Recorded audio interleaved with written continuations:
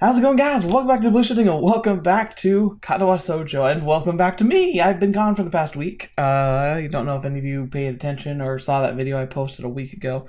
I think I'll be taking it down around now just because I'm back in the swing of things.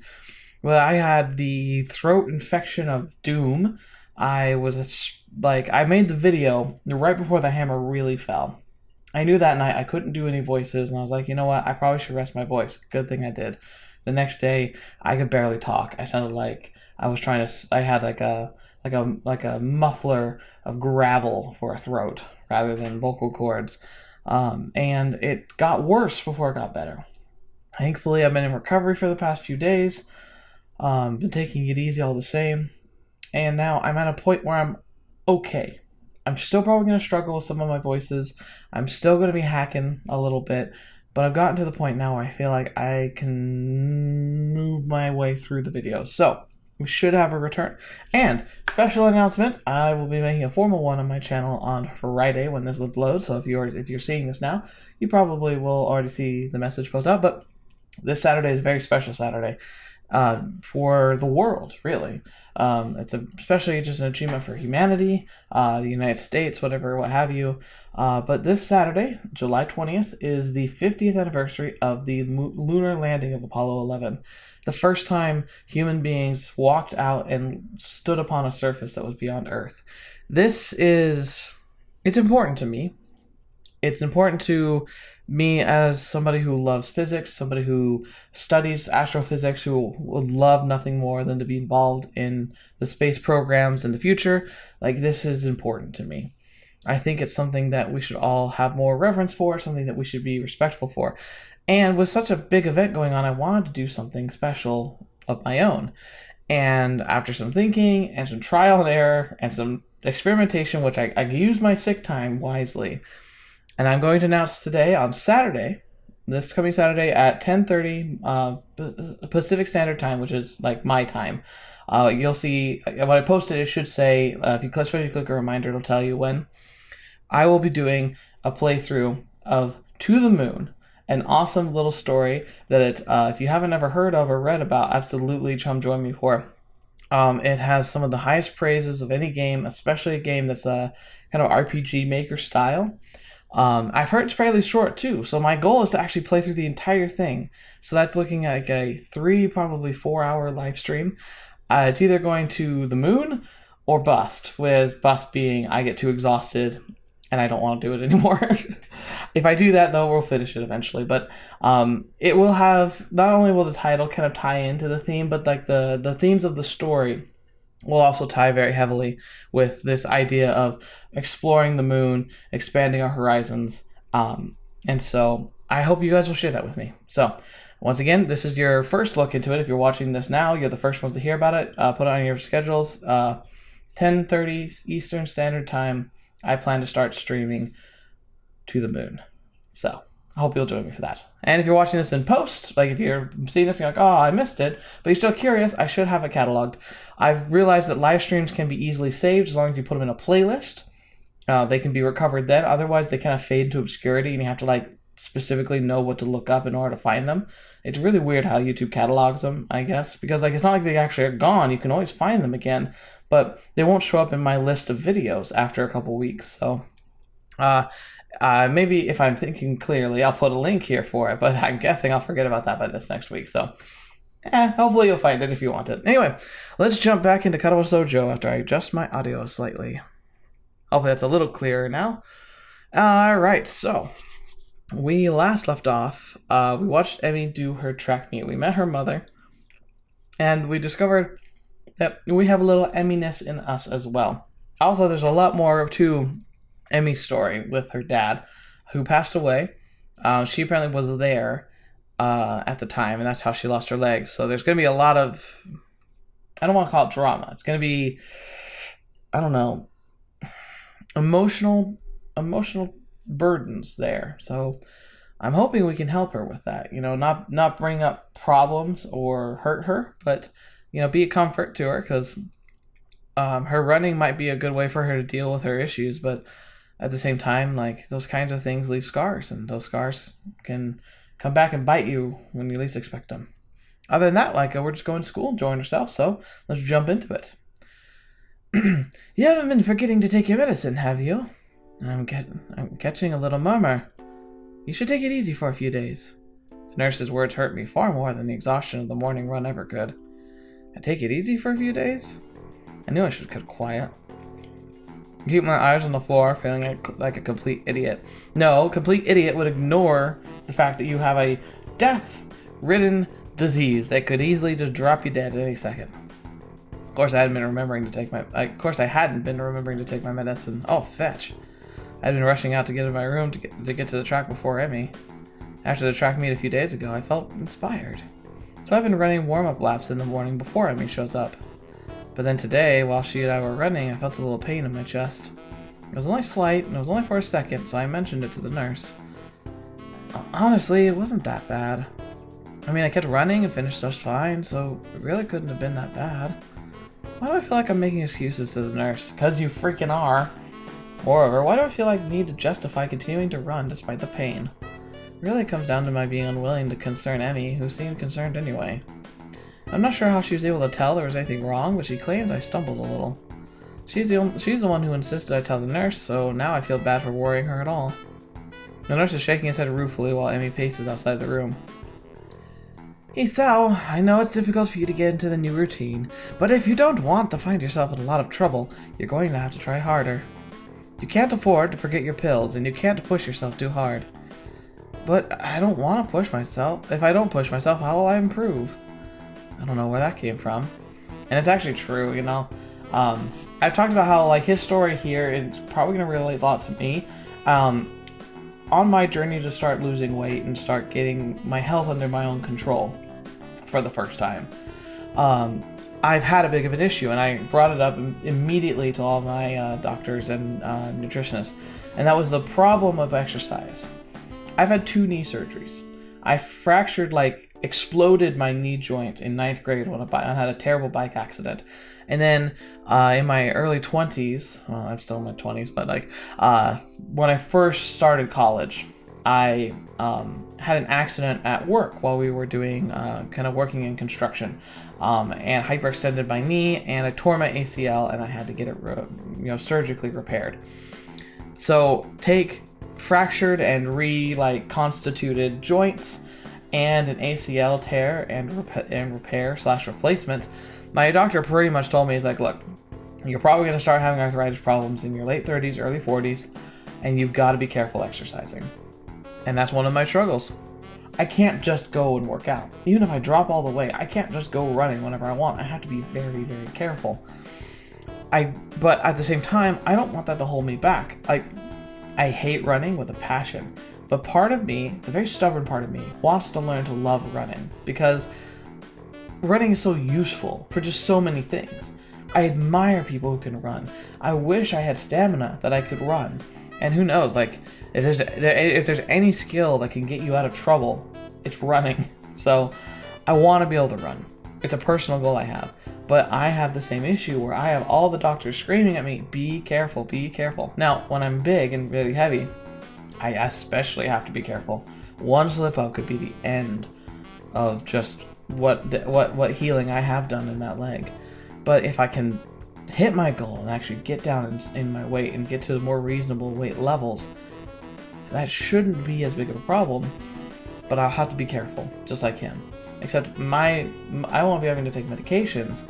I just will have to be constantly on guard. Or wait until cybernetics catches up in technology levels, and eventually I can just cut off my dang leg and replace it with a robot leg. It'll be really cool. I'll never get tired, and I can run as much as I want. Though I'm sure that would be painful. And since I'm guessing elective cyborg enhancement is going to be illegal for quite some time, I doubt it will be something I can actually do. Anyway, Hisao, I'm glad he's actually motivated to improve. The nurse seems to have an idea. Now, where have I heard that before? He laughs and pats me on the shoulder. Ha, she's rubbing off on you, I guess. His expression changes again. He's back in serious mode. Look, I'm not saying you shouldn't push yourself, but that doesn't mean you shouldn't be taking medication, and it doesn't mean you shouldn't stop if your chest starts to bother you. I'd prefer not to have any fatalities while I'm on staff here. bit of a lofty goal, to be sure, but I'm always up for a challenge. I hate to admit it, but I think he's right. Gotta remember to take my medicine. You're right. I'm sorry to worry you. Who's worried? You're a smart kid, right? I know you can be responsible, Hisao. In a situation like yours, you've gotta learn to be responsible fast. I know. His expression suddenly becomes devious. I suppose you started to enjoy your runs with Emmy then, huh? Yeah, they've been really helping me. I mean, until today I was feeling a lot more healthy. Plus, it's really impressive to see Emmy run. Did you see her run at the track meet? She was incredible.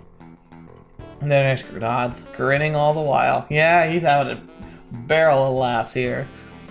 That she was, Hisao. I watched her first couple of races before I had some business to take care of, but she told me all about it. Kind of you to loan her your jacket, by the way. Huh? Oh, yeah, it was not a big deal. Why would he bring that up? That's weird. I honestly forgot all about that. I still haven't gotten it back. The nurse gets a smile that makes me feel like he's just made a joke. Maybe he knows she's listening in and he made the comment because like she hasn't returned it yet and she like feels bad about it. Or, ooh, she could be trying to hold on to it and wait to bring it back at a tactically advantageous time. Depends on what her motives are and how if she's super interested in Hisao or not, but if she is, I mean, it could be a great way to be like, hey, it's a Saturday, here's your jacket, we don't have anything to do, why don't we go on the town, you know, spend some time together, have a date that I can totally initiate without feeling awkward. Not to you, but Emmy certainly appreciated it. And I know she appreciates you running with her in the mornings. This one catches me off guard a little. Sure, she mentioned that it was easier to keep the schedule with an extra person, but I didn't think I was doing a favor for her at all. I thought she was doing me the favor and helping me follow the doctor's orders. She tries harder when you're around. If there's someone else running with her, she's going to push herself more. And she tries even harder when you're around. Well, because it's you. What the heck does that mean? Once again, dense main characters are the freaking best, aren't they? At least he's not quite at the Takaru level of just like, get it in your skull, man. Oh, you'd love to know, wouldn't you? He laughs the style of an evil megalomaniacs. No, seriously, it's because you're her friend. If Rain ran with her, I'm sure she'd do the same. Well, probably. But that's not the point. The point is, you're helping her, even if you don't know you are. And she's grateful for that, even if she never says it. What do you mean, even if she never says it? Emmy doesn't talk a lot, but she and I have known each other long enough that I can read her most of the time. I'll admit it. I have no idea what he's talking about. Emmy always seemed pretty talkative to me. I see. That's another good indication, guys. Okay, once again, Flirting 101 for anyone there who's still in the game. If you're younger, awesome. If you're older, awesome. You know, like, be in the game. Put yourself out there. But yeah, if like you are like getting to know somebody and you go out with somebody who happens to know them and they're like, oh yeah, they're so quiet. I know, like, is it easy carrying a conversation with them? And in your mind, you're like, they talk all the time. It's a good indication there's something special there. You treat people differently the more you care about them. Not that you become a different person, but that you become more comfortable with somebody like that. That's why you kind of fall for people. I don't think you fall in love for people because of looks or because of like magical moments, you know, like that stuff that's kind of like the sugar coating on top. I think what it really comes down to is somebody who you feel a connection with, who you feel comfortable with. So that's a good sign. The nurse suddenly realizes he's been rambling and stops talking. Looks a little embarrassed. Anyway, you don't have to stop your morning exercise. Just walk the track instead of running for a few days. Let things calm down. And take your darn medicine. I laugh as I exit the office, bumping straight into Emmy. Oops, sorry about that. Are you okay? What did the nurse say? Do you need to go to the hospital? Oh my gosh, it was my fault, wasn't it? I've been pushing you too hard, haven't I? I'm a horrible person. The words pour forth like a torrent. She's really agitated. Didn't expect her to be this concerned about me, to be honest. Gotta calm her down, but how the heck do I do that? It's the only thing I can think of. I give her a hug. Fetch, man! That's freaking bold. Amy tenses up slightly, so I pat her head in what I hope is a reassuring manner. Hey, settle down. I'm fine. No worries, okay? I can feel Amy's body relax as I continue to assure her I'm fine. Her arms wrap around me as if she's trying to confirm that I'm not about to fall over dead.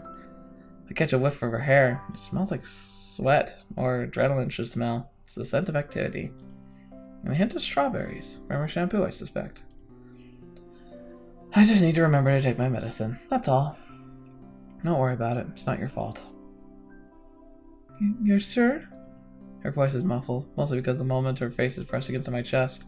Fetch, dude. You really cranked it up to a frickin' 8 here. Yeah, I'm sure. I just need to take it easy for the next few days. Suddenly occurs to me how close the two of us are. It also occurs to me that how nice being this close feels. Once again, dude, get the frickin' message. If you don't ask her out after this, like within like a week, shame on you. I can feel Emmy's heartbeat calming down. I have to resist the urge to let my chin rest on the top of her head. That's the best, actually. Dating people who are shorter than you, being able to put your head on your chin on their head like that's really adorable. Thank goodness. You really had me worried there, Hisao. Emmy, you going to come in here anytime soon? Oh, I'm sorry. Was I interrupting?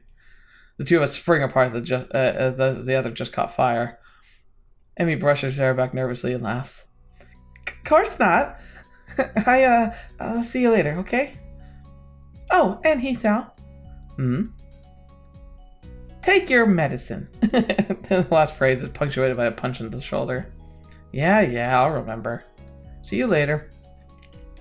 The nurse smiles again, like he's in on some joke I don't know about, and waves to me as I head to my room, feeling a burning in my cheeks. Yeah, freaking dude, I need a shower. Cold one. If thoughts running through my head at night now are any indication. She's calmed down, dude. She is really soft. Oh, fetch. My pills are waiting for me, and I make it to my room. I swallow them without a second thought. I don't know why I didn't think of waiting until after the runs to take them. For some reason, I figured it was when I woke up or not at all. But no, they only need to be taken every 24 hours. The exact time of day doesn't factor into it. My thoughts drift back to the hug in the hallway. It's weird. You'd expect someone to smell foul after a run, but for some reason, Emmy smelled right. That tinge of sweat just seemed to fit her. I'm not going to comment on this. I'm just choosing not to. I'm pleading the fifth. I have thoughts, genuine thoughts, but they get a little bit more into the personal side of stuff, you know? So, yes. People smell good. They can also smell terrible, but sometimes people smell good. I really need that shower. Oh, that was adorable. Oh, I got a cough drop in. So far, it's doing good. But now that I mentioned it, I'm already starting to have to resist. Strange that it feels so natural for me to go up onto the roof these days. I never would have done such a thing at my old school. Well, most of the time, it's not allowed. In those days, I like to eat alone. No, that's not quite true. Though I like to sit alone. I like to watch people. I always figured that was the sort of person I was, but it appears I was wrong. And again, I also thought I was the sort of person who had a normal heart, so there you have it. I didn't know myself at all that well. Now I'm on the roof so I can have lunch with a couple people. And they're both girls, which is even stranger. Oddly enough, I feel closer to Emmy and Rin than I felt to anyone at my old school. Somehow I get the feeling they'd at least visit me if I wound up in the hospital. I focused on the view from the roof, banishing such thoughts from my head. There's a light breeze blowing and the sun is shining high in the sky. The sky itself was a deep blue, with hardly a cloud in it. It's gotten pleasantly warm, and as I sit to wait for my friends, I close my eyes and enjoy the feeling of the sun seeping into my skin. Yes. Voices intrude upon my edge of hearing. Seems to have fallen asleep on us, Rin. Maybe he's faking to lull us into a false sense of security. Why would he do that? No idea. Still, you make a good point. We should kick him or something to make sure he's really asleep. Huh? What? Emmy looms over me like only a short girl can, peering at me intently. Oh, you're awake. I guess we don't have to kick you then. Was it part of your master plan? What are you talking about? Amy shrugged, her twin tails bouncing with emotion. I'm not sure either. You must be pretty tired falling asleep out here. Although it's pretty comfortable, I suppose. She plops down next to me and begins to eat. Rin sits up opposite from the two of us, a move which only makes me more aware of the girl sitting next to me. If I didn't know any better, I swear Rin did it on purpose. She probably freaking did. Alright, we are now to initiate what I call the bubble. It's something I experienced and a phenomenon I gave a name back in high school. My high school crush. I'd liked her for years. Didn't think anything was going to come of it. We're going to cut to the chase. Eventually we ended up going out. But leading up to that point, when she became single, when we bonded a lot more, and leading up to when we eventually confessed that we did like each other, we would sit in the hallways with a particular friend. I don't want to name names because I don't know, they could watch this. I don't want to spill all your secrets to the world if anybody happens to know them. But the three of us would sit together. But this is exactly the kind of setup we would have. Like, me and the person I liked, and across from us, our mutual friend. And we would sit there and we would talk for the entire lunch hour. Just talk and talk and talk and talk and talk and talk and talk. And then lunch hour would be over and we'd go into our separate ways. And I would think back and I'd realize that it wasn't three of us talking, it was two of us. And when it was just me and she was just kind of there, we actually formally apologized to her once because we felt so bad, we were ostracizing her in our conversations. We were like, no, we really enjoy that you're with us. Thank you for staying with us and being our friend. And she freaked out. She thought we were trying to ditch her as a friend for some reason. She was like, what are you doing? Because she didn't realize why we had this solemn meeting when we all met together to talk about it. But we just felt so bad. And later on, the mutual friend, the kind of third wheel, well, she wasn't really a third wheel. She kind of approached me, and when we discussed the phenomena, we described it as the bubble, of how I got super absorbed into what the girl I was interested in was saying, and she got super absorbed in what I was saying, and it got to the point where we would just start blanking out the rest of the world around us. So I think that's what's about to initiate with this group right here. Very reminiscent of what happened to me. I concentrate on my food, trying to tune out the majority of the conversation that Rin and Emmy are having. Despite my best efforts, however, I still find myself glancing over at Emmy whenever she speaks. I notice how she purses her lips when she's thinking about something, squinting slightly as if it would improve her thinking ability. Rin says something that makes Emmy laugh, and I notice, perhaps for the first time, how she laughs with her whole body rocking back and forth, throwing her head thrown back, almost like she's about to fall over. I love to laugh like that, but I'm like a titan laughing. I have a very projective voice. It doesn't take much for me to be noisy. And if I give a full bellied laugh, I have people who stare at me.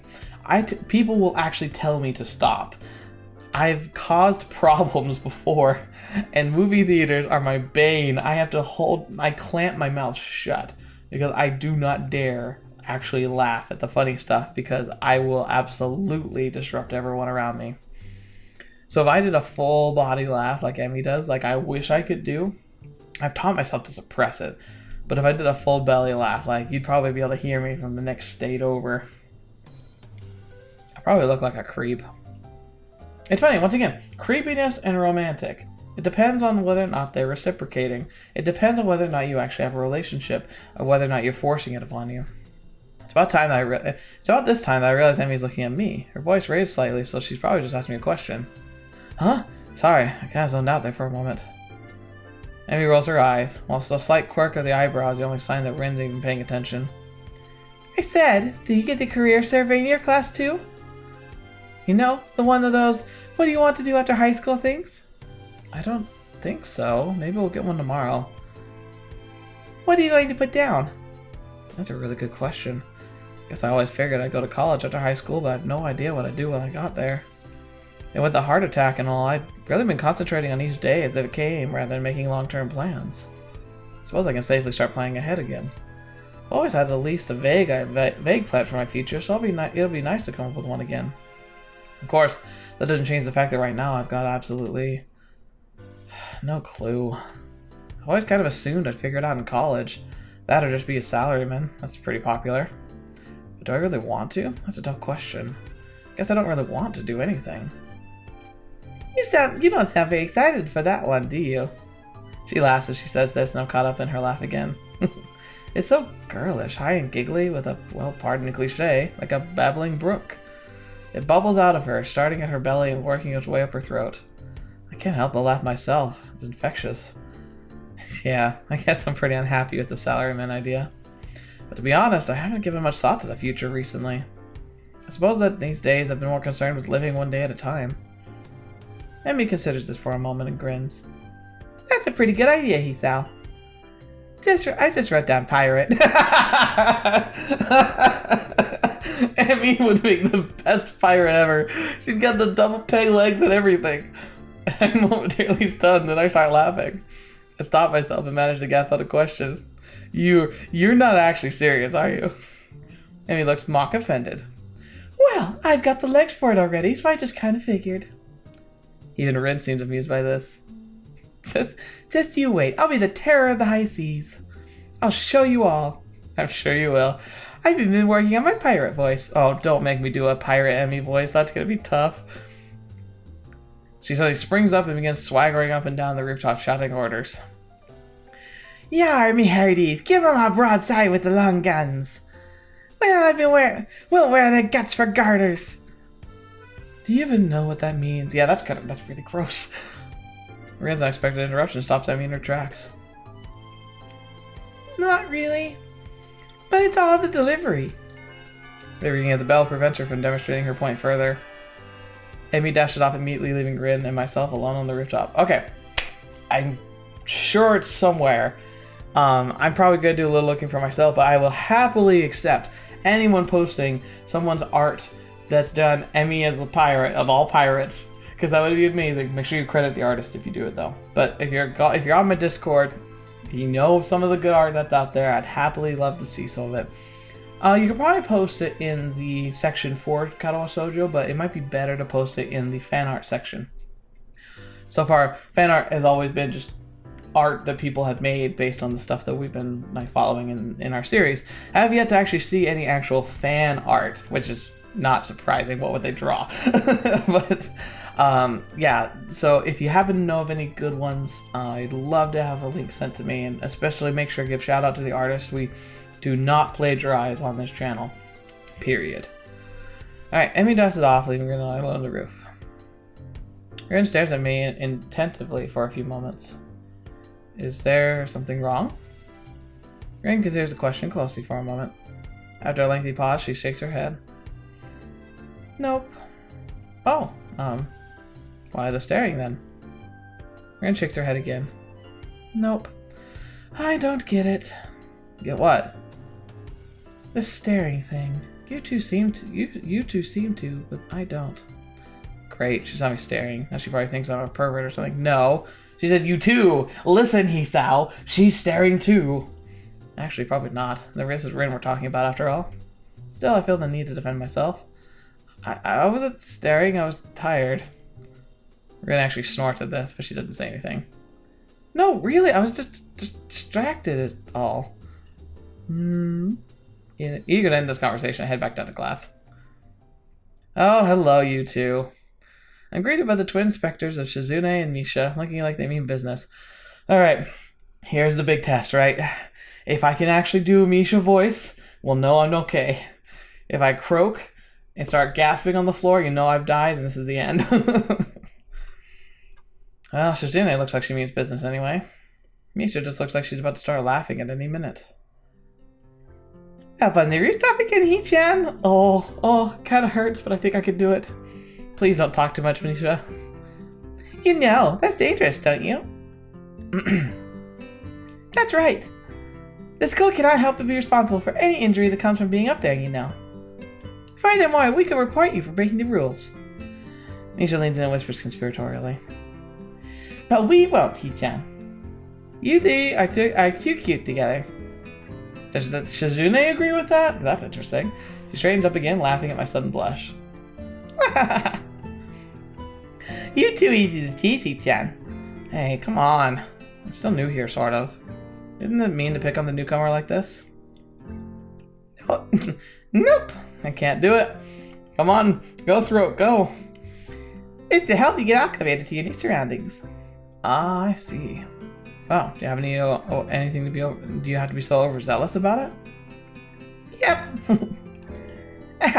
That's IT-chan. We were looking for you this morning, but you weren't in the room. Of course I wasn't. I was out for my morning exercise or here in class bright and early. Unlike you. Susanna looks peeved, and a beat later so does Misha, or she tries to at any rate. That's because of all the student council business. You should be grateful that we worked so hard for you. Not entirely true. I started their path a little bit ago. They freaking just go out and go out for like super long lunches. Granted, if it's only two of them that are really doing all the work of the student council, I think they're allowed to have a little bit of free time to de-stress, but good grief, it does feel slightly hypocritical here. Oh, I am. So what do you need me for? Not another attempt to rope me into their dirty work, I hope. We have to give you something, but since you weren't around, we dropped it off in your room. Something? Like what? Hey, wait, do you mean bedroom? Oh dear. Oh, you'll find out when you get back, E-chan. That's not good. Mattel entering the room enters our conversation, and we all head to our seats.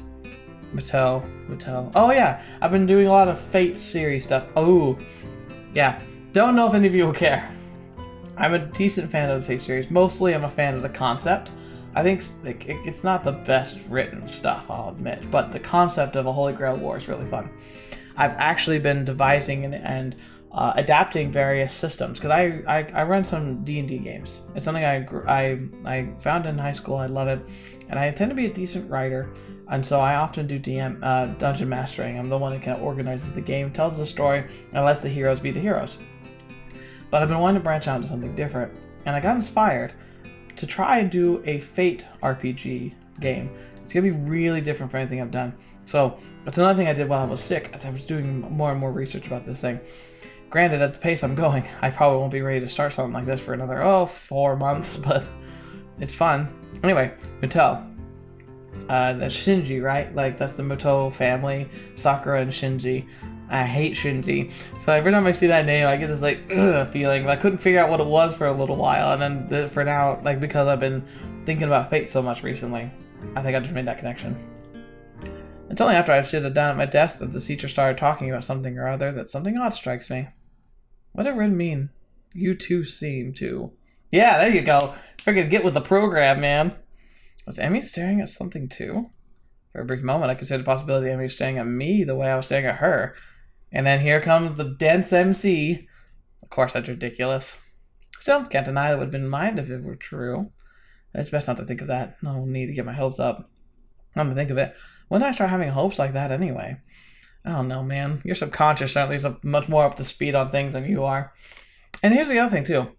But when he spontaneously hugged her in the hallway, and she hugged him back intensely, like, she was pretty much like, yeah, I think I like you at that point. Like, she wasn't saying it, but she definitely was thinking it. And so that's why the staring is coming, because she's probably waiting for you to freaking make a move, dude.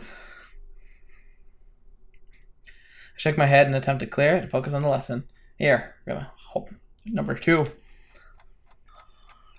After class, I make my way to my room. Mattel really piled the homework today. Before I could open my door, however, I'm suddenly intercepted by Kenji, who was just exploded out of his room in a flurry of papers. It's like he knew we were coming. Hey, we need to talk. These rooftop shenanigans of yours, man. They've got to stop. What the fetch? What? What? How? What? How? You're running around the rooftop with limitless wonders. I hate that even came out of my mouth. Kenji, you suck. They're women, man. You'll get yourself killed running around like that. I don't follow. Kenji sighed and adjusted his glasses before what could be understood as an attempt at explaining himself patiently. Look, we're friends. I'm telling you this for your own good. But how are we going to kill someone? By doing it by throwing them off the roof, making it look like an accident. And if you thought of it, you can be sure they've thought of it too. They're crafty, almost as crafty as I am. I see. Good. I'm glad we had this chat. Loan me 500 yen. What a freak, man. Jeez. I'm sorry. I need to get a drink, man. I've been inside all day. Top water's been compromised, as I'm sure you know. So I need to stock up on something can't. Got it? But to do that, I need 500 yen. And since I've just saved your life at the time of the advice, you can spare me 500 yen. You know, that'll make if it'll make him go away, 500 yen is a bargain. It's a freaking shakedown, man. I think he's doing it on purpose. Hand the money over to Kenji, who nods and thanks and dashes off the hallway, but not before he locks his door. What an exhausting person. Better go in case he changes his mind. As I close the door, my heel taps against something lying on the floor. It's brightly colored rectangle of paper. Well, this must be the something Misha mentioned before. Probably a student council leaflet she slid under the door. However, when I pick it up, I find that couldn't have been more wrong. Someone actually wrote me an old-fashioned handwritten paper letter. Ooh. Who bothers doing something like that in this day and age anyway? Yet, as unlikely as the prospect of receiving one sounds, this is definitely a letter I have in my hands. I did letter writing. Funny enough, keep bringing up that one girl. So the girl I had a crush on in high school. She ended up doing an exchange in Germany, and I ended up living a couple years in North Carolina. So both of us went pretty far from home. Granted, we were on opposite sides of the planet, effectively. But we decided, because we were both writers, and that's kind of where our bond came from, was writing a story together. Really fun project, by the way. Definitely, I learned a lot from her when it comes to expressing my thoughts and really telling a good story. We decided to do the old-fashioned writing letters because we wanted to have a record of it. We thought it'd be kind of fun and I don't know. It just seemed more interesting and it was appealing to us. I think we were both romantics at heart, so we liked the idea of pen and paper communication. Oh my gosh, the letters would be so freaking long. It'd be like back to front of extra long paper and no double spacing as every line was filled out, and oh my gosh, it was fun. And I still have all those letters. A little bittersweet now because things didn't work out between us, but that's life. Life doesn't always work out the way you think it will, and oftentimes it works out better in the end. But yeah, so I have a soft spot for handwritten letters. I was planning on finishing my homework, getting some dinner, and going to bed in order to be ready for tomorrow morning's run. However, the letter had naturally caught my interest. I sat at my desk and examined it properly. Oh, fancy. And the first piece of mail I've received here at Yamako, so it feels special even if it wasn't something as rare as a handwritten letter. And it's funny because this is something I used to do. I don't know if this is just a common practice or if it's for me, this might be something Rin would do with her artsy feel. But that was something that we started doing. While we were doing our correspondence, we would actually draw on the letters envelopes, on the backs when you don't have to put critical information. So I think technically most mail carriers in the United States would have they would have issues with art on the front if it was too bright or resembled letters too much. But on the back, we would just go to town on it. What caused me even more trepidation is the name of the sender, written neatly on the back of the envelope. Iwanako. Oh, is this her mom? I have no idea why she would write to me. I haven't been in contact with anyone from my old school since... Oh, fetch! Oh, that's the old chick. Oh, this could be problematic. Come on, Hisao, be smart. Don't listen to her siren's call. Emmy's there for you. I haven't been in contact with anyone from my old school since I was first transferred to Iwanako. It's the last person I expected to want to write me a letter. The last time I saw Iwanako was terribly awkward, embarrassingly so. She came to my hospital room peeling at me an apple out of courtesy, and then we practically sat in silence for half an hour. She said goodbye and didn't look me in the eye when she closed the door. Might have been a natural end to the series of visits that were probably pretty painful for both of us. Every time she visited me in the hospital, I wanted to talk to her, but something stopped me every time. Every time I didn't speak made the next time even harder. She looked so guilty that I didn't want to say anything that might upset her, and I never could figure out the right words to say. Yeah, you're an idiot. She just wanted to talk to you, dude. I think Iwanako blamed herself for my heart attack. It was ridiculous, of course, but knowing it and believing it are two very different things. I told her that it wasn't her fault. She nodded and I really think she understood that it hadn't been that. The sooner or later something would have happened to make my heart give out. Yet she looked so hopelessly sad every time she opened the door and entered my room. So I never managed to say the things I wanted to say. In the end, that might have hurt her even more. Duh. Oh wow. Man, her handwriting's nice. I know it's an art, but man. Carefully I opened the envelope and draw out the folded letter from within. Okay, so here's the thing. I've seen letters in visual novels in Japanese, and I've seen them being in top-down script and left-right script. Do you know, like, is there a particular difference, like, why you would choose one or the other? Is it just a personal preference? Maybe top-down, more traditional, and left-right, kind of mimicking the style of reading that's very more westernized, is becoming more and more common. Like, for instance, a good example of this from where I'm standing is in English we have two scripts. We have like lettering and we have cursive. Cursive is a flowy, kind of flowery writing style that can look very, very pretty, but essentially it was designed to be something that you could write out very quickly. It requires less picking up and putting down of your pen or pencil, so it lets you write very, very fast. But it's been phasing out. Like, I grew up being taught it, but only a few years after I learned it, they decided to take it out of the curriculum altogether. So, like my siblings don't know how to write cursive, if I remember correctly. So, is that something very similar for Japan? Like, the top-down reading, is it starting to phase out? Like, I'm curious if anyone happens to know. Alright, grab an open letter and draw out the folded letter within. Dear Hisao, how are you? I hope you are well and happy in your school. Everyone here misses you. Almost all of our second year class got put together into class 3-1 for the final year, so we're pretty comfortable right from the beginning of the year. I'm sure you would have been assigned to this class as well. The mood among the third year seems to be very anxious about the final exams, even though they are so far away. The teachers are badgering us all the time. Even old Mr. Tachibana, who is, by the way, our homeroom teacher this year. Would you believe it? You know, I was sure that he'd retire after our second year, but here he is, nagging everyone about studying for exams. I think things like this are the main reason why the mood among the third years is so nervous. I must admit that I'm somehow losing confidence in myself as well, even though I've always fared reasonably well in exams.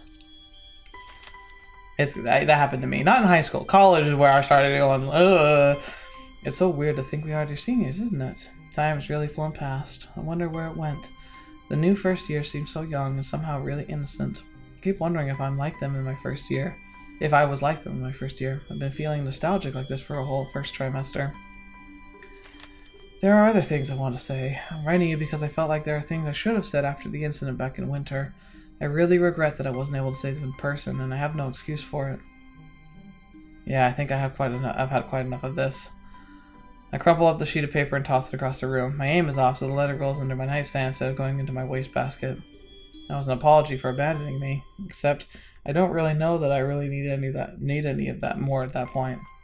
Oh, dude, that's a bad idea. You should know where she stands, because next thing you know, she's gonna pop up in the school and want to go out with you and like take you out to lunch or something. That was supposed to seem like a lifetime ago, and here now I've got other things on my mind. Emmy, for starters. It wasn't great to be abandoned during my stay, but it's not something I'm worried about anymore. In fact, I hadn't even thought about the hospital. It feels like forever until this letter came in. It's almost annoying to have received it.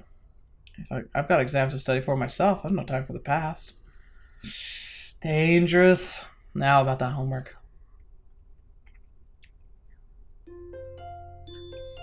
Then again, ruminating on her too much is also dangerous.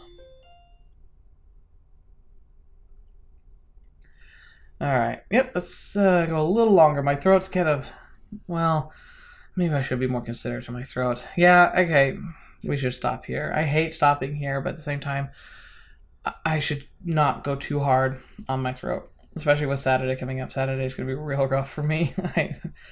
That's the thing. I might cancel on Saturday if I regress from today's video recording, so hopefully not. But regardless, that's an interesting twist. Oh boy. But I think that's a really good place to start, because that's a lot to think about. Like, I think he should have finished the letter. Maybe not that night. Maybe he does it tomorrow, but he should. Because he needs to know what she wants to say in it before she just shows up randomly. You also want to clear up any misconceptions. I'm a little worried too. Shizune and Misha got the letter and gave it to us. I don't know if it's common practice or maybe the students not having their own mailboxes, but they seem, if I remember correctly, Misha seemed to have this inclination of what it could be. Granted, the lettering on the box looked very handmade, so it looked very like make like you could conceive that it could be a fling from the past or something. But here's the thing. I think they're spying on us, Suzune and Misha. They know that we go up on the rooftop and spend time with them. Misha says that we're too cute together, which sounds more like they actually watched us rather than just aware that we're up there. They also want to hand deliver a letter from a former flame that's happened to come in out of the blue. Would it be so far-fetched to believe that Shizune, out of her crazy desire to make sure everything's going smoothly, would contact his old school, possibly his old fling, and let her know like that he's doing well, or that she should talk to him or something? I don't know. Like, that seems so way out there. I don't think I could believe it. But then again, if there's any character we've seen who would do something random like that for a reason I couldn't fathom, it might be Suzune. Like, once again, she's not a bad person. I really don't think she's a bad person, but I think that she takes things into her own hands so much. She often doesn't think about the consequences that could cause for other people. I don't know. There's something about that letter. It's foreboding. I think it's going to bite us in the butt.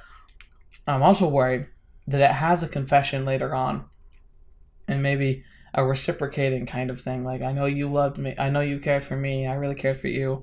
I'd like to give it a try again now that things have settled down.